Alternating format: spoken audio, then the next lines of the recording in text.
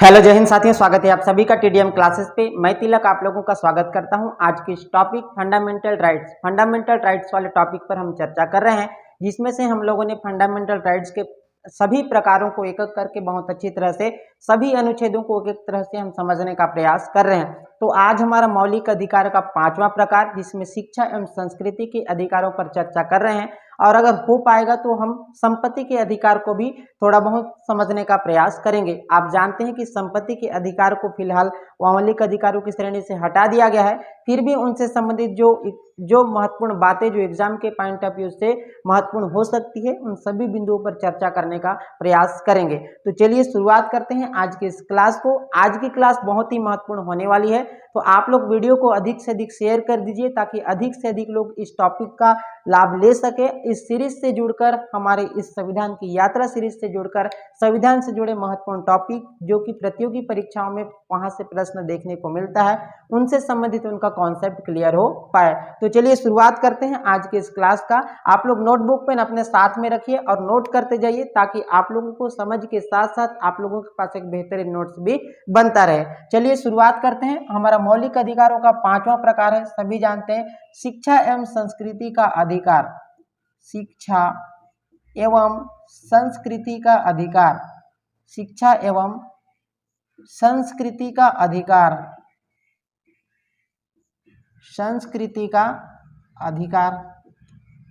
अब शिक्षा एवं संस्कृति के अधिकार से संबंधित अनुच्छेद की अगर मैं बात करूं तो इसका उल्लेख भारतीय संविधान के अनुच्छेद 29 और 30 में दिया गया, यानी कि आर्टिकल 29 एंड 30 में शिक्षा एवं संस्कृति के अधिकारों से संबंधित प्रावधान हमको देखने को मिलता है। अब इस शिक्षा एवं संस्कृति से संबंधित प्रावधान सबसे पहले मैं आप लोगों को बता दूं कि जो मौलिक अधिकारों का जो 5वां प्रकार है वह केवल किसके लिए है? अल्पसंख्यकों के लिए है। सबसे पहली बात तो आप लोगों को ये जानना है कि जो शिक्षा एवं संस्कृति का अधिकार यानी कि मौलिक अधिकारों का जो 5वां प्रकार है वो केवल अल्पसंख्यकों के लिए है। और अल्पसंख्यक कौन होते हैं अगर मैं बात करूं तो अगर राज्य की कुल जनसंख्या का 50% से कम आबादी की जो जनसंख्या होती है वो कहलाती है अल्पसंख्यक। अब देखते हैं एक एक करके अनुच्छेद को कि आर्टिकल 29 क्या बोलता है। आर्टिकल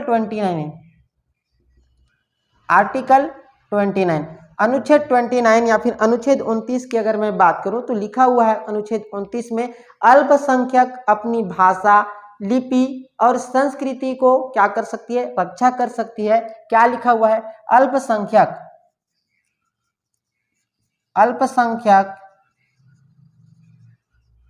अपनी क्या क्या?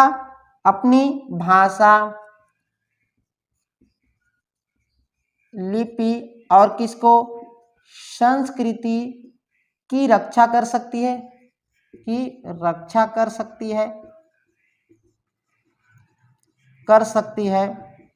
तथा पालन कर सकती है। देखिए क्या बोल रहा है आर्टिकल 29, इसको समझने का प्रयास कीजिए। इसमें लिखा हुआ है भारतीय संविधान में कि अल्पसंख्यक अपनी भाषा, लिपि और संस्कृति को क्या कर सकती है? रक्षा कर सकती है तथा उसकी पालन कर सकती है। ये लिखा हुआ है आर्टिकल 29 में। क्लियर इतना? और अल्पसंख्यक क्या होते हैं? मैंने अभी आप लोगों को बताया कि राज्य की कुल जनसंख्या का 50% से कम आबादी की जो जनसंख्या होती है वो कहलाती है अल्पसंख्यक। क्लियर है इतना? तो अल्पसंख्यक की अगर मैं बात करूं तो वर्तमान में अल्पसंख्यकों की संख्या कितनी है? 6 है। कितनी है? 6 है। वर्तमान में कितने हैं अल्पसंख्यक? अल्पसंख्यक की संख्या कितनी है? 6 है, जिसमें से मैं आप लोगों को बता रहा हूं कि 6 के 6 एक एक करके बता रहा हूं। पहला कौन सा होगा?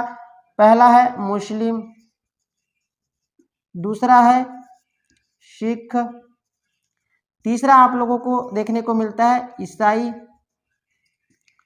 चौथा कौन सी है? बौद्ध है, पांचवा कौन सी है? जैन है, और छठवां कौन सी है? फारसी। क्लियर है इतना?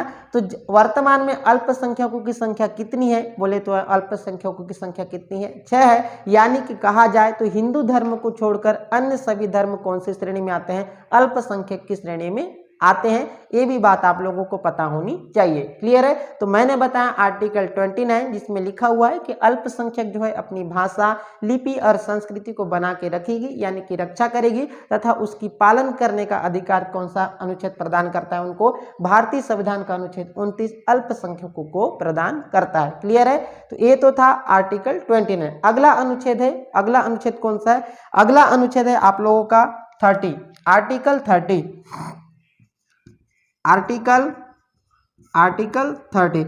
अब आर्टिकल 30 की अगर मैं बात करूं तो आर्टिकल 30 में भारतीय संविधान का अनुच्छेद 30 ये बोलता है कि धार्मिक शिक्षण संस्थान स्थापित करने का अधिकार। क्या लिखा हुआ है? धार्मिक शिक्षण संस्थान स्थापित करने का अधिकार। क्या लिखा हुआ है? धार्मिक शिक्षण संस्थान स्थापित करने का अधिकार। किसको? अल्पसंख्यकों को, अल्पसंख्यकों को। क्लियर है इतना?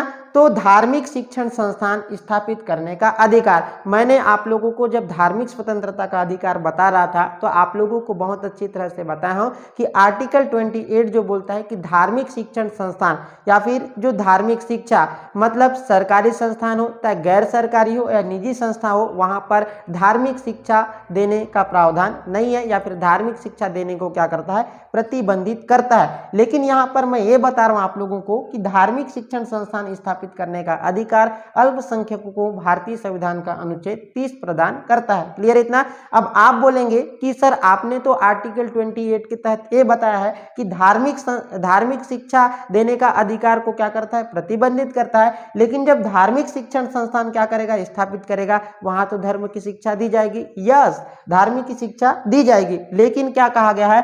किसके लिए? अल्पसंख्यकों के लिए। आप जानते हैं कि मदरसे की स्थापना जो होती है वो आर्टिकल 30 के आधार पर की जाती है, मतलब अनुच्छेद 30 को आधार मानकर मदरसे की स्थापना की जाती है। किसकी स्थापना? मदरसे की स्थापना।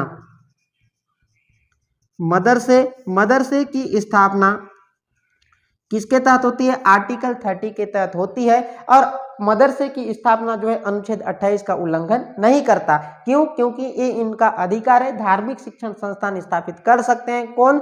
अल्पसंख्यक वर्ग के लोग, और अपनी धर्म की शिक्षा भी दे सकते हैं। क्या कर सकते हैं? अपने धर्म की शिक्षा भी दे सकते हैं अनुच्छेद 30 के तहत। क्लियर है इतना? लेकिन मैं बताया कि मदरसे की स्थापना, और वर्तमान में तो मदरसे को क्या कक्षा 8वीं तक क्या की गई है? मान्यता प्राप्त संस्था का दर्जा दिया गया है। और मदरसे में केवल मुस्लिम वर्ग के लोग ही या फिर बच्चे नहीं पढ़ते, बल्कि अन्य वर्ग, सभी वर्ग के लोग पढ़ते हैं, अन्य वर्ग के लोग भी पढ़ते हैं। क्यों? क्योंकि इसको क्या मान्यता प्राप्त शिक्षा का दर्जा दिया गया है 8वीं कक्षा तक। और आपको भली भांति पता भी होगा कि मदरसे में जो अध्यापन कार्य कराने के लिए शिक्षक रहते हैं वो मुस्लिम वर्ग को छोड़कर हिंदू वर्ग के शिक्षक भी वहां पर अध्यापन का कार्य करा रहे हैं। तो उम्मीद करता हूं कि आपको अनुच्छेद 29 और अनुच्छेद 30 आप लोगों को भली भांति बहुत अच्छी तरह से समझ में आ गया होगा। क्लियर है इतना? चलिए आगे देखते हैं। अगला हमारा मौलिक अधिकार है अनुच्छेद 31, या फिर कौन सा? संपत्ति का अधिकार। क्लियर है इतना? तो अनुच्छेद अब पढ़ेंगे हम लोग अनुच्छेद 31, 29 और 30 को अभी हम लोगों ने देखा है। अगला हमारा अनुच्छेद है अनुच्छेद 30। तो हमारा मौलिक अधिकारों का 6वां प्रकार संपत्ति का अधिकार।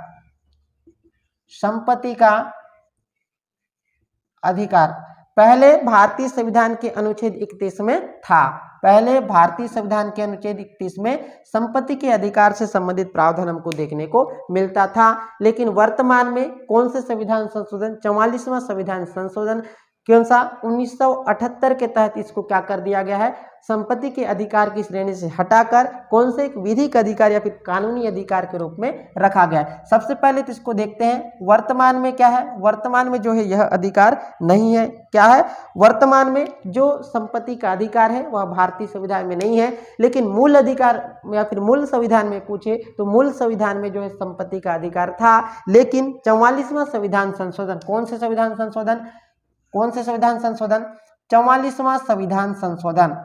44वां संविधान संशोधन आप सभी को पता है। 44वां संविधान संशोधन 1978 के तहत इसको मौलिक अधिकार की श्रेणी से क्या कर दिया? हटा दिया गया। क्या कर दिया? समाप्त कर दिया गया। समाप्त किया गया और कौन सा अनुच्छेद 300A में एक विधिक अधिकार के रूप में रखा गया, विधिक अधिकार का दर्जा दिया गया। क्लियर है इतना। तो कभी कभार एग्जाम में देखने को मिलता है कि मौलिक अधिकार को कौन से संविधान संशोधन के तहत समाप्त किया गया, तो आपका जवाब होना चाहिए 44वां संविधान संशोधन 1978 के तहत मौलिक अधिकार की श्रेणी से संपत्ति के अधिकार को हटाकर अनुच्छेद 300A के तहत एक विधिक अधिकार का दर्जा दिया गया या फिर कानूनी अधिकार का दर्जा दिया गया। क्लियर है इतना। तो संपत्ति के अधिकार का उल्लेख भारतीय संविधान या फिर मूल संविधान में अनुच्छेद 31 में था, लेकिन वर्तमान में यह मौलिक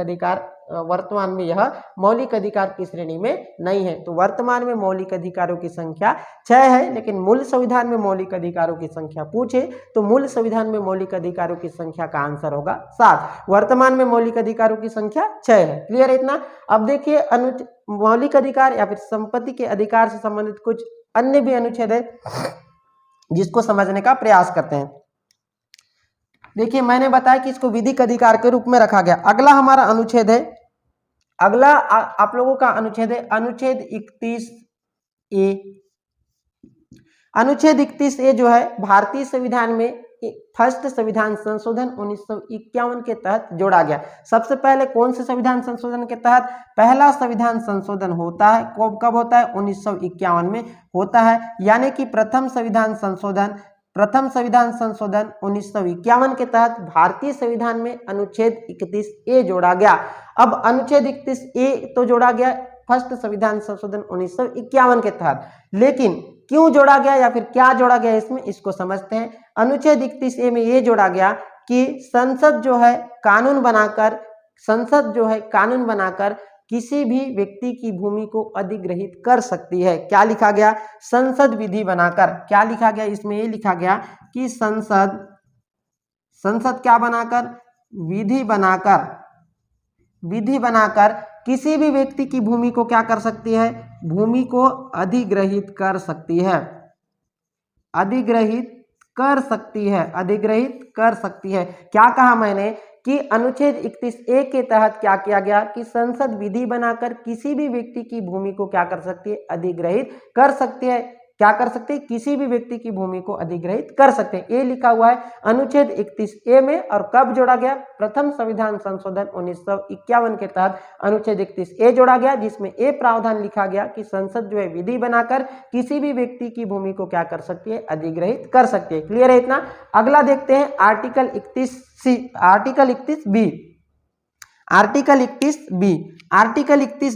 अगला आर्टिकल देखते हैं। ये आर्टिकल कौन सा होगा? 31A हो गया। अगला आर्टिकल है आर्टिकल 31B। आर्टिकल 31B की अगर मैं बात करूं तो आर्टिकल 31B भी जो है प्रथम संविधान संशोधन 1951 के तहत ही जोड़ा गया। कब जोड़ा गया? पहला संविधान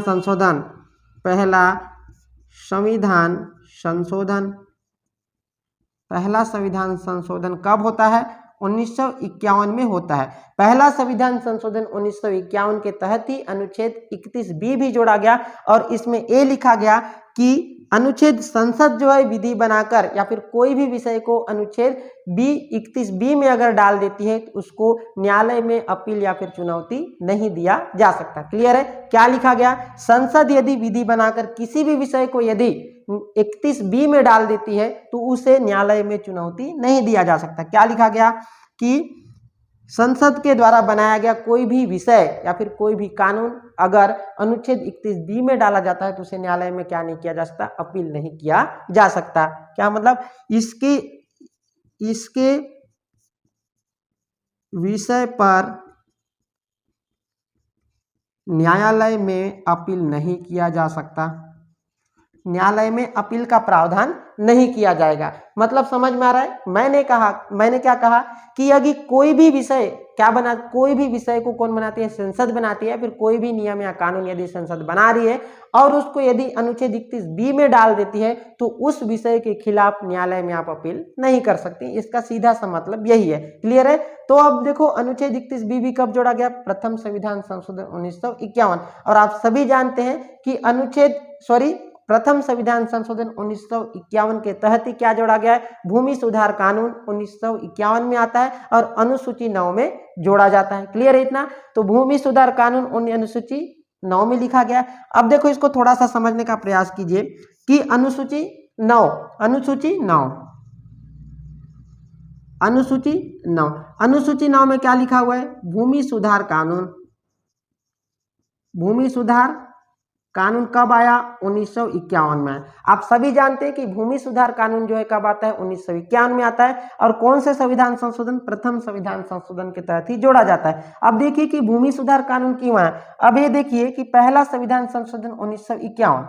सबसे पहले तो इसको समझते हैं कि जब स्वतंत्र हुआ देश, उसके बाद क्या था? संविधान लागू हुआ। उसके बाद जब पहला संविधान संशोधन हुआ तो उसमें भूमि सुधार कानून लाने की क्या आवश्यकता हुई? ऐसा क्या आन पड़ा देश में कि उस समय हमको भूमि सुधार कानून लाने की आवश्यकता पड़ी? सबसे पहले इसको समझते हैं कि देखो, जैसे ही संविधान का निर्माण हुआ, संविधान लागू हुआ, वैसे ही देखो पहला संविधान संशोधन होता है और उसमें ला जाता है भूमि सुधार कानून। मतलब ऐसा क्या था उस समय, क्या परिस्थितियां थी कि सबसे पहले ही जो संविधान संशोधन में भूमि सुधार कानून लाने की आवश्यकता पड़ी। तो इसको सबसे पहले समझिए, आप ध्यान से सुनिए मेरी बात को कि भूमि सुधार कानून 1951 लाने के पीछे का कारण यह है कि आप सभी जानते हैं कि पहले क्या थी? आजादी के पहले हमारे देश में रियासती शासन व्यवस्था थी। आप सभी जानते हैं कि और अधिकतर रियासतों पर अधिकार किसका था? जमींदारों का था। किसका था? किसका रहता था? अधिकतर रियासतों का पर अधिकार किसका था? जमींदारों का होता था, सभी जानते हैं। और इन जमींदारों के पास क्या होती है? बहुत सारी जमीन होती थी, सभी जानते हैं। और इन जमींदारों के पास जो जमीन होती है उन पर खेती कौन करते थे? इन जमींदारों की खेती कौन करते थे? किसान करते थे। यानी कि भूमि किसकी होती थी? जमींदारों की होती थी, लेकिन उस पर खेती कौन करते थे? किसान करते थे। लेकिन जैसे ही देश आजाद हुआ, मतलब संविधान लागू हुआ, तो उस समय क्या हुआ? भूमि सुधार कानून आता है। तो भूमि सुधार कानून आता है, लेकिन जब जमींदार क्या करते हैं? जमींदारों की भूमि होती है और इन भूमि पर खेती कौन करते हैं? किसान करते हैं। लेकिन कुछ समय बाद जमींदारों को लगा कि यदि हमारी जमीन पर क्या कौन करेंगे? खेती किसान करते रहेंगे तो कुछ समय बाद क्या होगा? इन किसानों का इन जमीन पर कब्जा माना जाएगा। ऐसा समझते हुए जो जमींदार हैं इन किसानों से सारे भूमि को अपने पास ले लेते हैं, यानी कि उनको खेती करने से क्या कर देते हैं? मना कर देते हैं।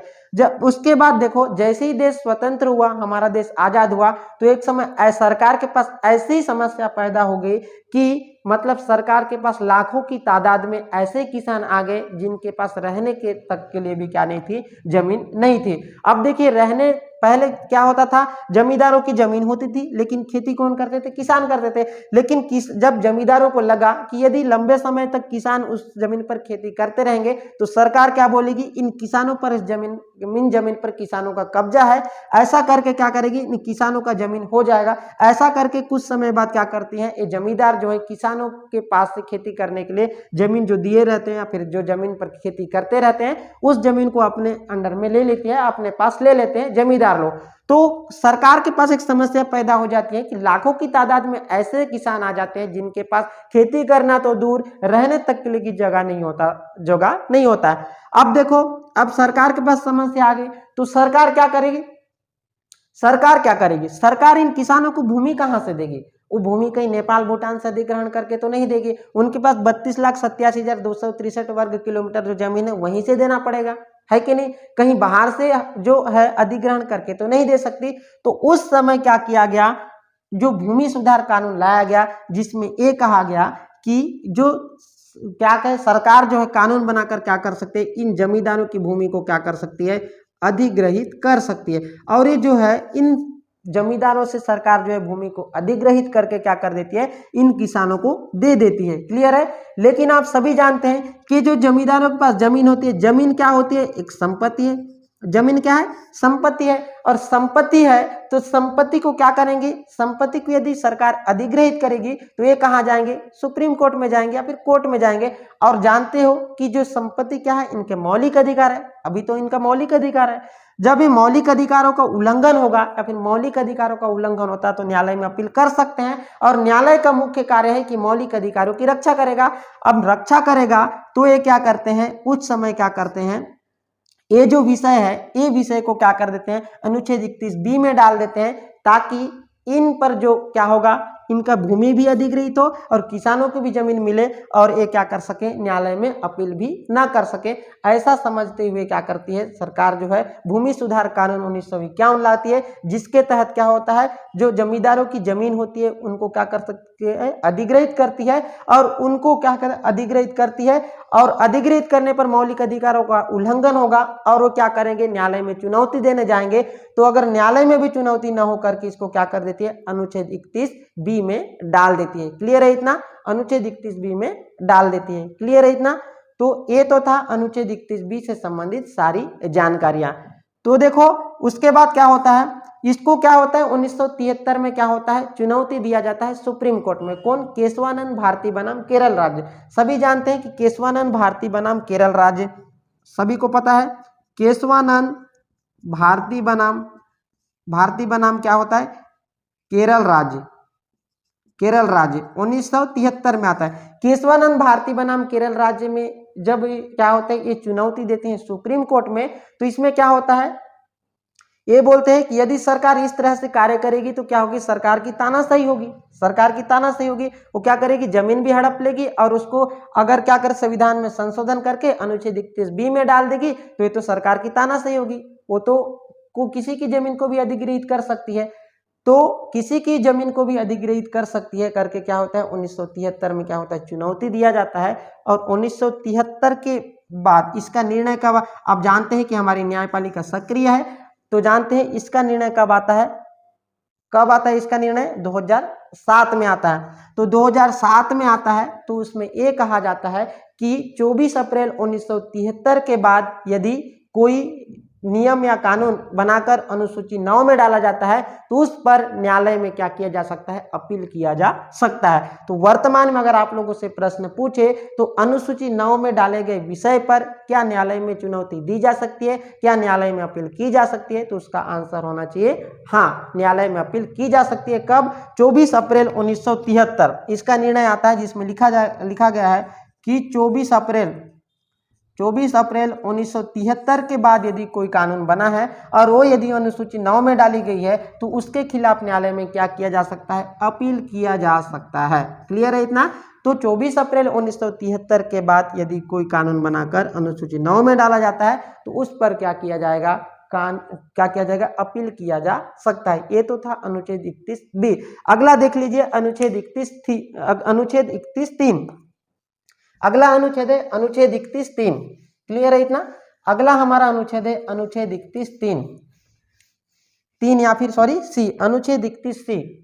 Article 31C।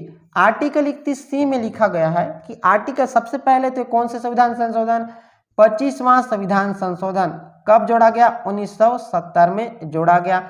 25वां संविधान संशोधन 1970 के तहत जो है अनुच्छेद 31C भारतीय संविधान में जोड़ा गया। क्लियर है इतना। अब ये अनुच्छेद 31C क्या बोल रहा है कि नीति निर्देशक तत्व का जानते हैं कि आप लोग आर्टिकल 36 से 51 तक उसका उल्लेख देखने को मिलता है कि नीति निर्देशक तत्वों का आर्टिकल 39B और C को लागू करते समय मौलिक अधिकारों का उल्लंघन किया जा सकता है। क्लियर है। क्या लिखा गया इसमें कि नीति निर्देशक तत्व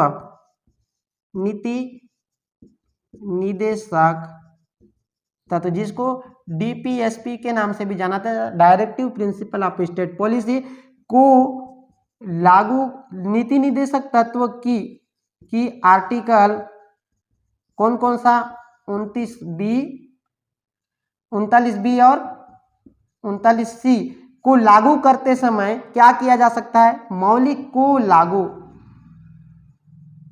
लागू करते समय मौलिक अधिकारों का उल्लंघन किया जा सकता है। मौलिक अधिकारों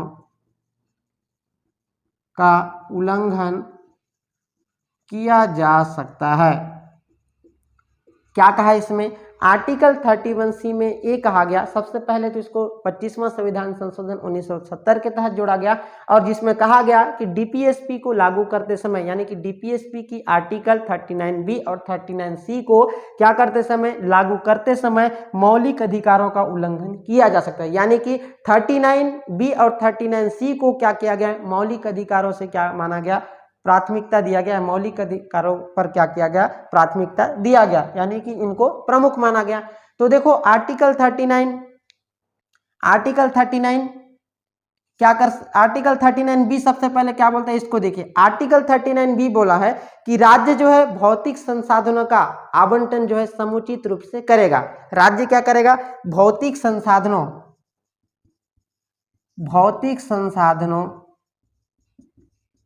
का आवंटन क्या करेगा, समुचित रूप से करेगा, क्लियर है। आर्टिकल 39B में लिखा गया है कि राज्य जो है भौतिक संसाधनों का आवंटन क्या करेगा, आवंटन जो है समुचित रूप से करेगा, क्लियर है। उसके बाद आर्टिकल 39C में क्या लिखा हुआ है, आर्टिकल 39C में लिखा हुआ है कि राज्य जो है क्या नहीं करेगा, केंद्रीकरण नहीं करेगा, यानी कि क्या करेगा, विकेंद्रीकरण करेगा, क्लियर है, विकेंद्रीकरण करेगा। ये लिखा गया है किसमें, आर्टिकल 39B और आर्टिकल 39C में, क्लियर है।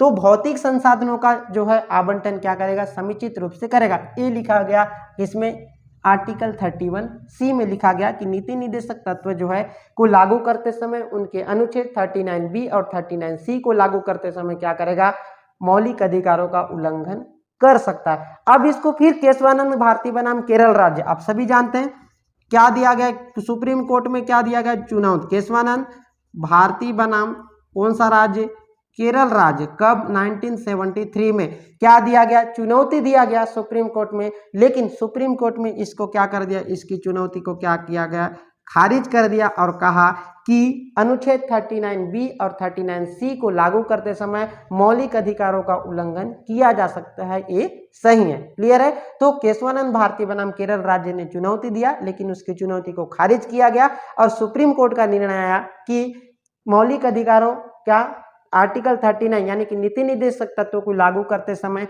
उनके अनुच्छेद 39B और C को लागू करते समय मौलिक अधिकारों का उल्लंघन किया जा सकता है, ये सही है, ऐसा करके सुप्रीम कोर्ट का निर्णय आता है, क्लियर है। लेकिन फिर क्या होता है, 42वां संविधान संशोधन 1976 आता है। इंदिरा गांधी की सरकार क्या करती है, इन्होंने ये कहा कि सभी नीति निर्देशक तत्वों को लागू करते समय मौलिक अधिकारों का उल्लंघन किया जा सकता है। क्या हुआ, इसके तहत अनुच्छेद 31C में ये कहा गया कि सभी नीति निर्देश, यहाँ पर मैं सभी डीपीएसपी लिख देता हूँ, आप लोग समझ जाना। डीपीएसपी मतलब directive principle of state policy, यानी कि नीति निर्देशक तत्व इसी को कहा जाता है। सभी डीपीएसपी को लागू करते समय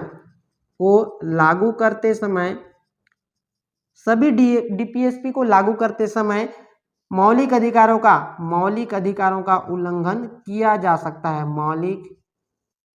मौलिक अधिकारों का उल्लंघन किया जा सकता है, ऐसा करके कौन बोलता है, 42वां संविधान संशोधन 1976 इंदिरा गांधी की सरकार कब 31C में क्या बोलती है कि सभी नीति निर्देशक तत्वों को लागू करते समय मौलिक अधिकारों का उल्लंघन किया जा सकता है। लेकिन इसको फिर न्यायालय में चुनौती दिया जाता है, मिनर्वा मिल्स, ठीक है, आप सभी जानते हैं कि 1980 में क्या होता है, मिनर्वा मिल्स के द्वारा,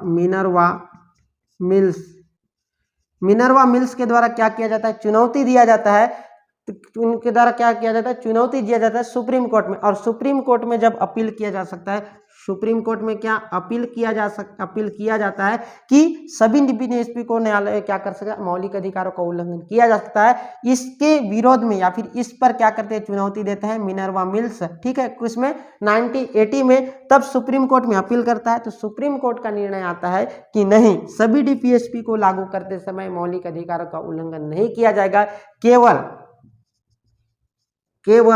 39B और सी को लागू करते समय मौलिक अधिकारों का उल्लंघन किया जा सकता है। ऐसा करके उन्होंने 42वां संविधान संशोधन 1976 के तहत जो सभी डीपीएसपी को लागू करते समय मौलिक अधिकारों का उल्लंघन किया जा सकता है, ये जो निर्णय था इसको क्या कर देती है, खारिज कर देती है। अब वर्तमान में जो है सुप्रीम कोर्ट के द्वारा ये निर्णय दिया गया है कि केवल 39B और 39C को लागू करते समय मौलिक अधिकारों का उल्लंघन किया जा सकता है। क्लियर है? तो साथियों, मैंने आज आप लोगों को शिक्षा एवं संस्कृति के अधिकार के तहत अनुच्छेद 29, अनुच्छेद 30 आप लोगों को बहुत अच्छी तरह से पढ़ा है और उसी में मैं आप लोगों को संपत्ति के अधिकार के बारे में भी बता दिया कि संपत्ति के अधिकार मूल संविधान में था, लेकिन 44वां संविधान संशोधन 1978 के तहत इसे संपत्ति के अधिकार की श्रेणी से हटाकर एक विधिक अधिकार या फिर कानूनी अधिकार के रूप में रखा गया। क्लियर है इतना?